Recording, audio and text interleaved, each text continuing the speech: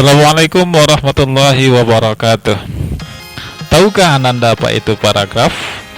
Kalau belum tahu, yuk simak video berikut ini. Paragraf itu merupakan kumpulan dari beberapa buah kalimat yang berisi tentang satu ide pokok atau gagasan utama. Itulah yang disebut dengan paragraf itu.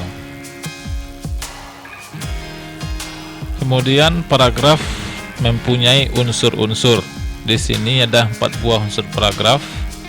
Yang pertama yaitu ide pokok, kemudian kalimat utama, selanjutnya kalimat penjelas, dan terakhir ada transisi atau biasa yang disebut dengan konjungsi. Kita lihat satu persatu. Yang pertama, ide pokok.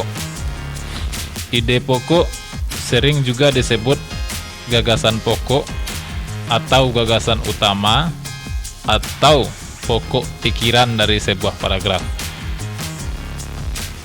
Ide pokok ini bisa ditemukan atau dapat kita lihat pada kalimat utama dari sebuah paragraf. Jadi di sanalah terdapat ide pokok atau gagasan utama dari sebuah paragraf tersebut. Kemudian kalimat utama. Kalimat utama adalah kalimat yang berisi pokok pikiran atau ide pokok dari paragraf yang menjadi dasar untuk pengembangan paragraf. Ciri-ciri kalimat utama dapat kita lihat. Yang pertama yaitu biasanya kalimat utama ini terletak di awal, di tengah, atau di akhir dari sebuah paragraf. Kemudian bersifat lebih umum dan mengandung masalah. Akhir dapat berdiri sendiri jika kalimat lain dihilangkan. Itulah ciri-ciri kalimat utama.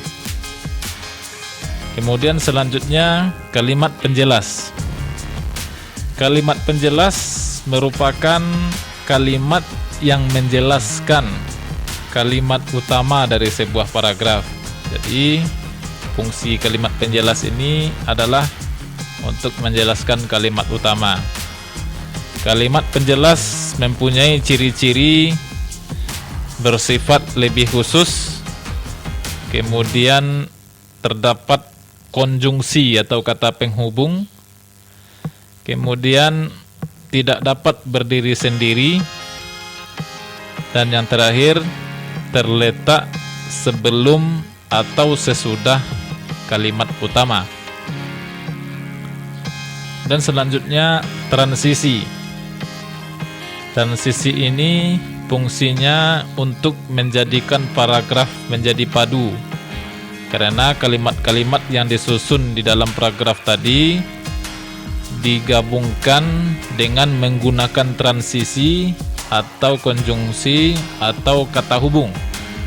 Ada 2 macam konjungsi yang kita gunakan, yakninya konjungsi antar kalimat dan konjungsi intrakalimat.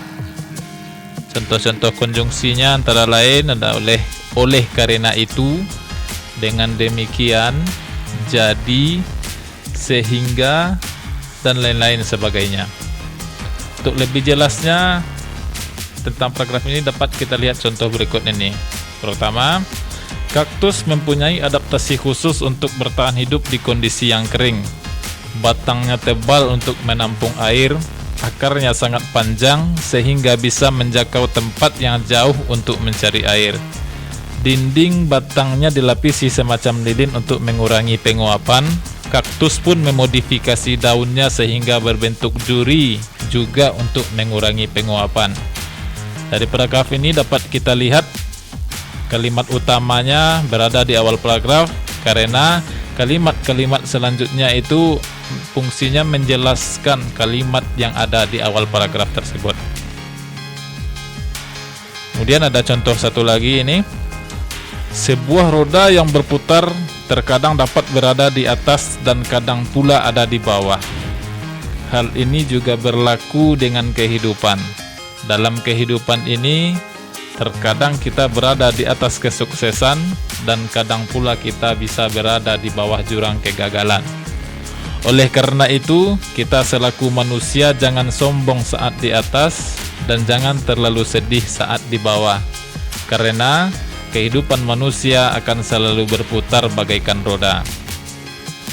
Nah, pada paragraf ini dapat kita melihat bahwa kalimat yang ada di akhir paragraf itu merupakan kalimat utamanya, karena kalimat-kalimat yang ada di awal itu menjelaskan kalimat yang ada di akhir tersebut.